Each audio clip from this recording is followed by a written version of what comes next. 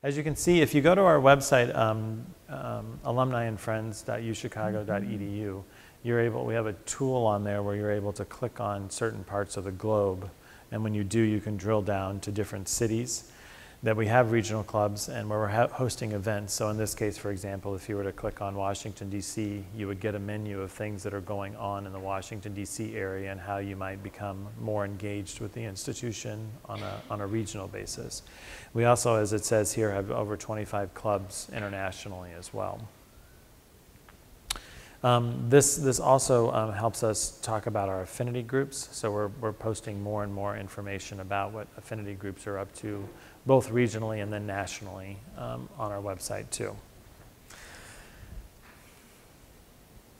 Another way that folks can get involved, there's a number of different pictures here, but as I mentioned, we have the affinity groups. That's one way.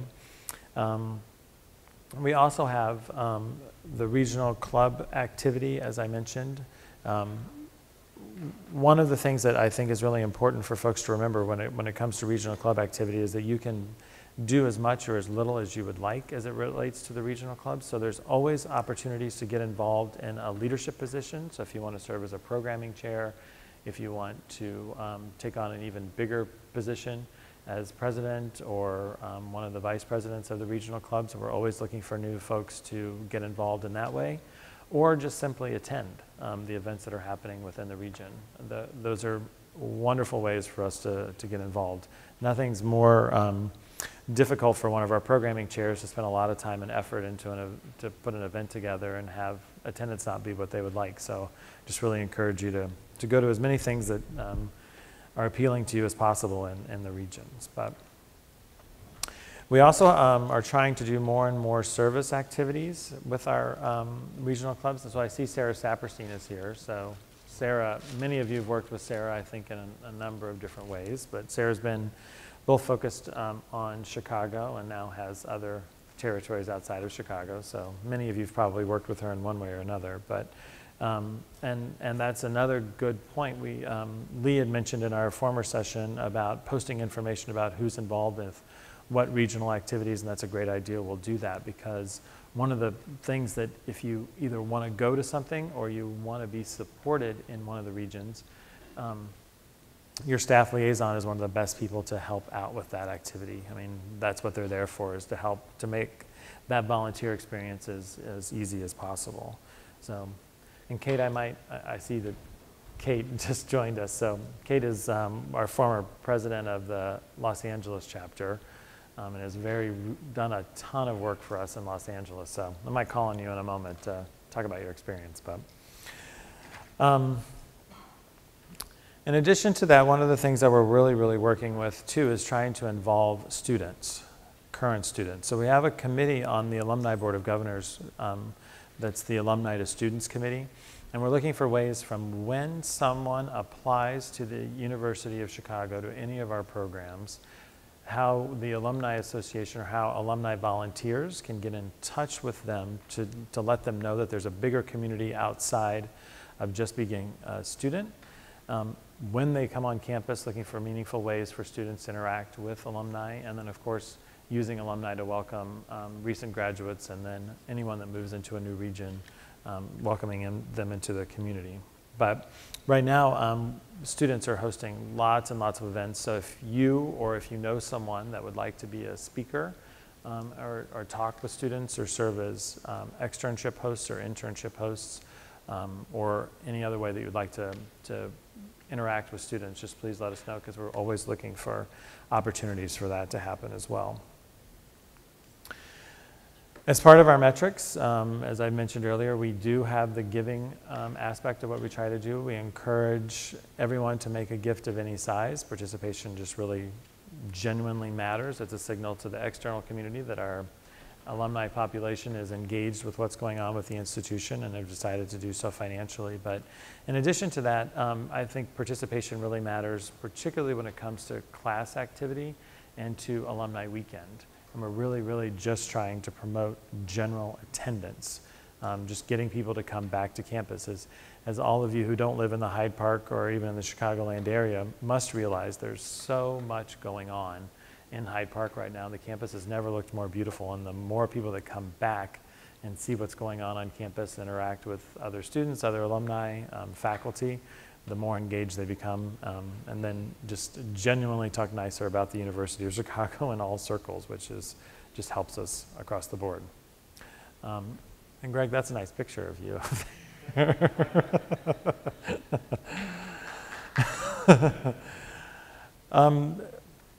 I often get asked sort of how we're structured, and I thought it might be helpful just to put up in broad strokes how the Alumni Relations area, my area, is structured. So as I mentioned, we have just broadly the biggest bucket known as the Alumni Association, the university's Alumni Association, but within that we have the Alumni Board of Governors, who are meant to be a 30-person group that's meant to be a broad representation of the entire alumni population. And their main responsibilities are to be advocates for the Alumni Association. That means that if they hear things from their regions or from their class or from however they're affiliated with the institution, that they escalate that or bring that to the Alumni Association for us to be able to work on those issues. They're also ambassadors, just generally. They serve as hosts and work in a number of different capacities just to represent the Alumni Association. And then they also serve as, in some ways, as the title implies, as they have some governing responsibilities which make sure that the clubs are supported and the volunteers have what they need to be able to do their jobs. We also provide a really, really robust career service activity. Actually, November is Career Services Month. We're hosting 11 events around the country to do one-on-one career advising and just general career advising for our alumni. That's all domestically. We do some of that internationally too, but it's a really wildly popular thing that we do during the month of November. So if you want to get involved with that or would like to get some career advice, I encourage you to attend. There's lots of information on our website about that. And then, as I mentioned, in that same group, Matt Donato helps lead the affinity groups, because that's just, as I sort of mentioned in the opening session, that continues to blossom for us. I mean, we're as I said, have 8 of those right now. That doesn't quite represent how big they are, because they've now, one of our affinity groups just this past week elected a 30-person national steering committee, and they have over 1,200 people associated with the affinity group nationwide, and they're now thinking about global expansion. So, and that's just one of our affinity groups. So I think these are just becoming larger and larger and larger. I see Jen Lammers is here, and she's helping us with a public interest one, getting something off the ground in Boston. We have a military affinity group that's getting going this year as well, with already 600 or 700 people that have identified that they would like to be involved. So these are really big items for us. The second, we've talked quite a bit about this, but we have the regional programming, and then in addition to that, we have the alumni education team. The alumni education team includes the alumni travel program that we put on, so I hope many of you receive information about that. I encourage you to attend those trips, should you like to. We always take a faculty member from the University of Chicago, and a staff member from the University of Chicago, and then there's usually 30 to 40 people that participate. Most of those trips right now are internationally focused. We're thinking about some more domestic ones that we might be able to do for those folks who don't want to necessarily travel, want to have a University of Chicago connection, but don't want to necessarily travel internationally to do it. In addition to that, we have lifelong learning opportunities, so we post a ton of information. We have over 1,000 lectures on the Mind Online site for the University of Chicago, so which is sortable by sort of genre or topic. So if there's something that you're interested in, we've pretty much got it covered on our Mind Online website. So if you're working out and would like to listen to a lecture on economics or something, you're more than welcome to download that and listen to it while you're working out. And there's a number of different ways that we're trying, including the Harper Lecture Series. So we host 25 to 30 Harper Lecture Series around the globe, both in the fall and then another 25 or 30 in the spring. So we try to take faculty members. That's a really unique program, because we've learned through some benchmarking studies that there are very few institutions that take faculty members on the road like we do in a very systematic and orchestrated way. So we're hoping that if you see a Harper Lecture that you'll be able to come to it in your area. And then lastly, I put the international programming on here in the way that I have, because we've made a structural decision within the department to have an international office that includes all things global outside of our domestic market. and there's a team of people that have international responsibilities, and they all work together. Some alumni associations have an international alumni relations person reporting directly to me, and then they coordinate across different teams. We've just decided to lump them all together, but it's a very coordinated effort on our part internally that the Alumni Association is represented globally and that we're just not domestically focused. But the people who are responsible for international programming have a dotted line report to me, and we're well orchestrated there. But you might see something that says, you know, the Office of International Advancement or something, and that they're working closely with me, but it's still part of the university's Alumni Association. The other thing that I really think is important, and I fall into this category because I graduated from Booth, and that's my affinity to the institution. But the University of Chicago has a broad alumni association, or an umbrella organization over the top of the whole thing, and this allows us to provide unified benefits and engagement opportunities regardless of what your affinity is or where you live with the University of Chicago. In addition to that, these schools and divisions that are listed here also have their own distinct alumni associations. So for example, I went to Booth, and Booth has its own alumni association that the school hosts, supports, and sponsors. I regularly receive as an alum invitations to Booth events, and I appreciate that. I like my affinity with Booth, and I can make a decision of whether or not I want to go to those things. And I'm glad that Booth does that. But in addition, I also receive information from the University of Chicago's Alumni Association. So what we constantly work towards, now it doesn't play out this way all the time, and we're continuing to work on it because it will look as though there's competition from time to time because you'll get an invitation to one thing. It might not look as coordinated as it should, and that's a constant issue that we work on.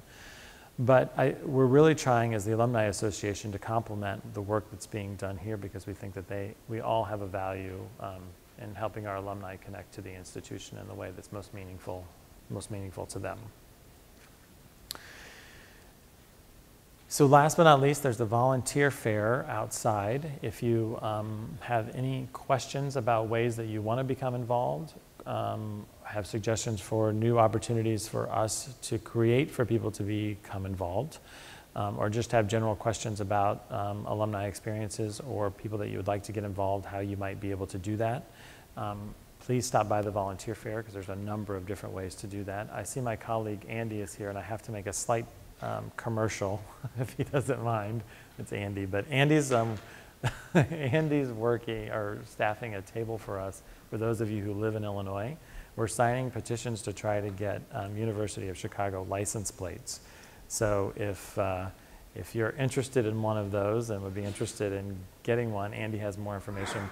But we have to collect 850 signatures to get this thing off the ground. So if you're interested in getting one or you think you might be interested in it, let us know. Unfortunately, if you don't live out in Illinois, it's not something that we're able to offer yet. We wouldn't mind a national license plate, but right now we have to stick with Illinois. So.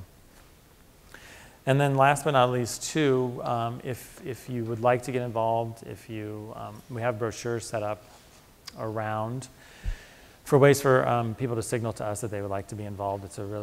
This is a cleaner way to do so. You can also go online and do it, but if you let us know how we can get in touch with you and the kinds of things that you'll be interested in volunteering for, or if you want to nominate someone else that you think that should become involved, we're always very happy to take that information too.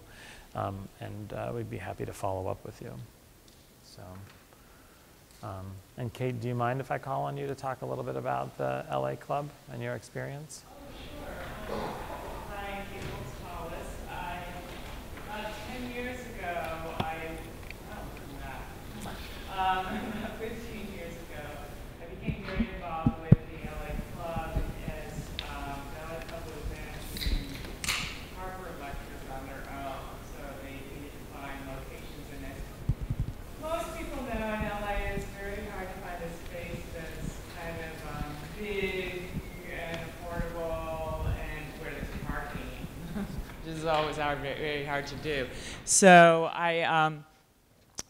I became involved that way, and the club was very small and developing leaders within that club was difficult because we're all so spread out in LA. It's very, yeah, there's, I think, what is it now, about 4,000 alums. Right. But we're spread out all over the place. We don't have public transportation. It's very, very difficult for people to get together. So volunteers were doing things on the west side primarily, and then we started to do more things downtown, and it started getting more successful. We had young alumni events coming up, and we really started to develop more along the lines of the Harper Lecture of getting distinguished alumni within our area. We're fortunate to have a lot of people in the entertainment industry to talk about their careers and work and develop Metcalf fellowships in the entertainment industry. It's very, very difficult to do that. So I'm still involved with it. I still kind of help them along. My husband's a rare book dealer, and so of course I dragged him into doing an event for us on rare books, and with a couple alumni, including himself, who are rare book dealers in the area. So there's a lot you can do. Thanks, Kate. I mean, Kate's a prime example too of just someone that helped.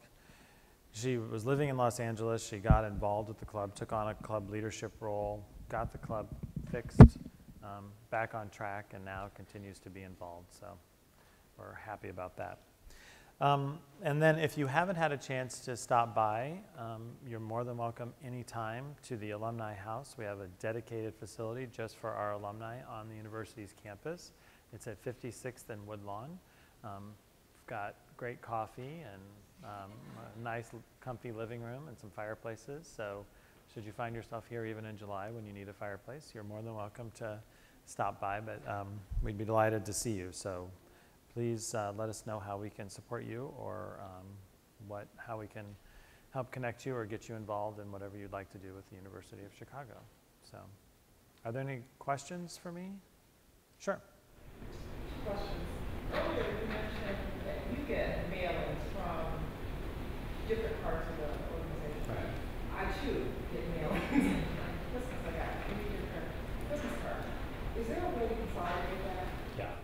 I mean, we're working really, that was one of the things that I identified early on, particularly being an alum and then receiving the mailings that I do. I was just one test case of someone who had received a couple of those. We just weren't paying attention to it like we should, and we are now. But the other thing is we really appreciate, I mean, I know people sometimes, it's difficult sometimes to do because you're busy, and people just don't want to take the time to do it, or don't feel like it's necessarily the thing that they would like to do, but all that feedback is really, really helpful for us. So if you send those to me as an example of 3 things that you got, that's just really helpful for us to be able to show personally. And you have another question? Yeah. Yes, you were talking about 50+1. So what's the total number of alumni that are on? At any one time, we've got about 150,000 or so alumni that's associated with the university. There's a couple different ways that we slice it. So there are those who actually did graduate from the institution. Is one number. There are a number of people that have completed at least 9 credits or a quarter with us, and they can self-identify as wanting to be an alum. With us, that's an EX status, but they're able to identify, so that number is a little bit larger.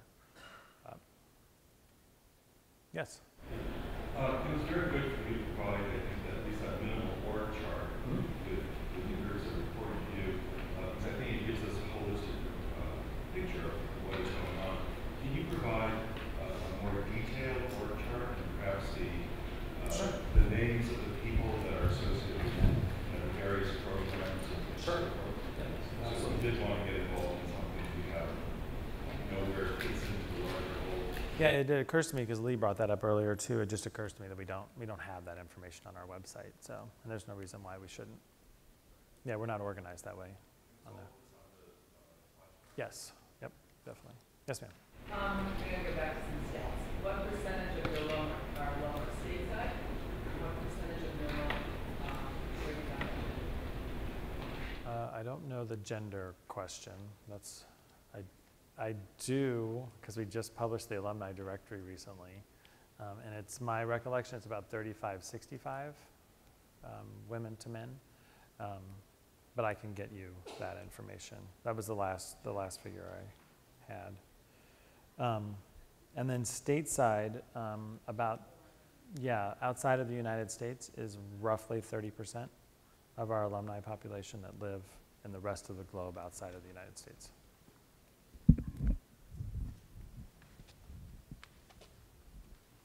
Other questions? Michael? What kind of success? Hello. Hi. Are you running into barriers or having success, I guess, either way? I don't know. This is obviously a very large institution with a lot of different schools associated with it, with a lot of different alumni associated with those schools. I'm a graduate of 2 of these schools, and it seems as though there's sort of territorial fiefdoms with respect to their alumni, for example, Booth versus the college and all that stuff. For example, I'm organizing an event in Dallas-Fort Worth, the Career Month event, Right. and it's not really, doesn't really have the buy-in or even recognition from the Booth School, if that makes any sense. That does. Do you find that you need help in getting some sort of your umbrella to, apply to, cross-school alumni? I do. Yeah, I mean, one of the things we struggle with is we have the umbrella over it, and I can put it there, but sometimes the schools don't cooperate as much in wanting to participate.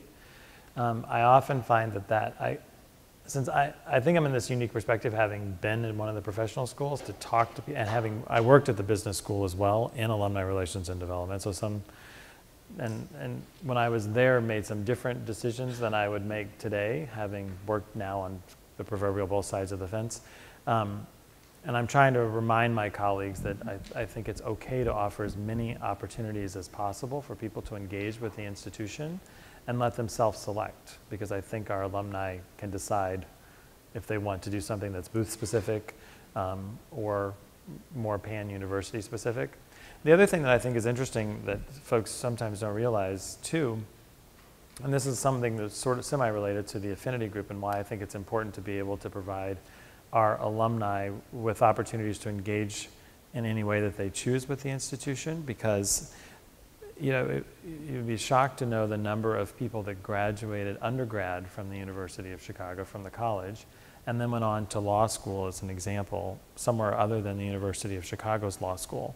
They have a career in law, they really like law, but they would like to have a relationship with the University of Chicago, not necessarily specifically with the law school, but other University of Chicago people who are in law.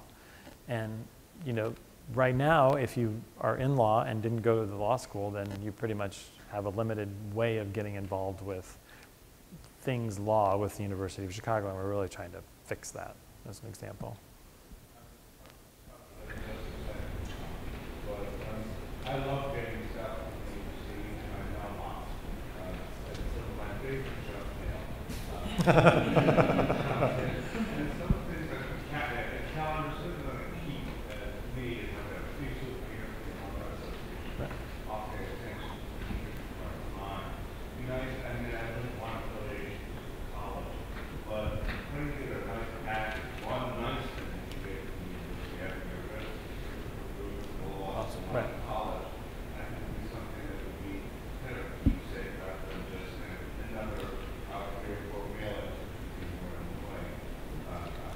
Right. But I didn't, I would say, at Lakewood College, I applied to a joint program there, so I decided to one and the other. And it prevented me from getting to the university for many years. It was awful. I didn't want to do, I have a lot of friends who are in college who engaged with all that team, and nerds who were all unhappy in general. And then they were about the university, and I'm sure I feel the California major years because I feel good about it. But while I understand that the university is a privilege, it's undergraduate, it's Graduate program. There's a reason for that. There's a way to be open about alienating. I think that's right. And it really is a horrible disservice to alumni. Even when I applied for a faculty position when I was a PhD, and the resume had university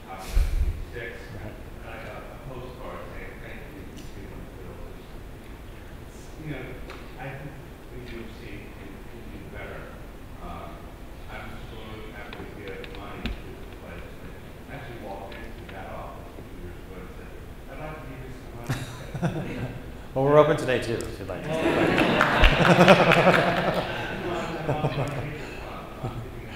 thank you. Perfect. That day when I walked off the street, nobody knew what to do. I had an hour with them to figure out how to change my mind.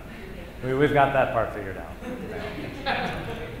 Yes, that I gotta share. So I mean, we want to give, we want to be attached, but I think it needs to be made easier. Agreed. Well, and this is what was brought up in the earlier session too. We're really working hard on making sure that the front door of the institution is much more open and accessible to our alumni. In addition to that, just realizing in today's day and age to know who our alumni population is, to make sure that we're stewarding them in a way. If they're applying for positions, if their children are applying to any of our programs, regardless of what the outcome is, making sure that we're communicating that we know that information, because we do. And you know, even if the decision isn't what you'd like it to be, there's a nice note that I can send saying that we still know that you're affiliated with the institution and hope that affiliation continues. But I'm getting that high sign. Oh, sure. We do. We meet monthly. Yeah. Yeah. Yep. I'll take one more question because I want to make sure that we're on time here. So, yep.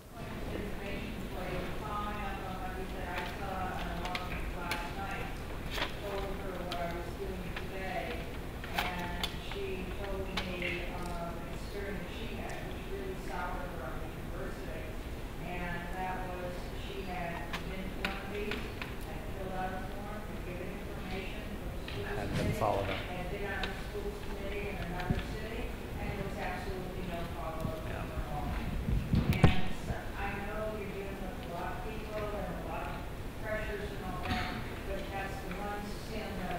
Oh, for sure. Yep. I'll follow up with you afterwards too, because I'd like to know who that is. So. Well, thank you all for attending today. I really appreciate it. Enjoy the rest of your day, and I'll see you at other sessions. So thanks.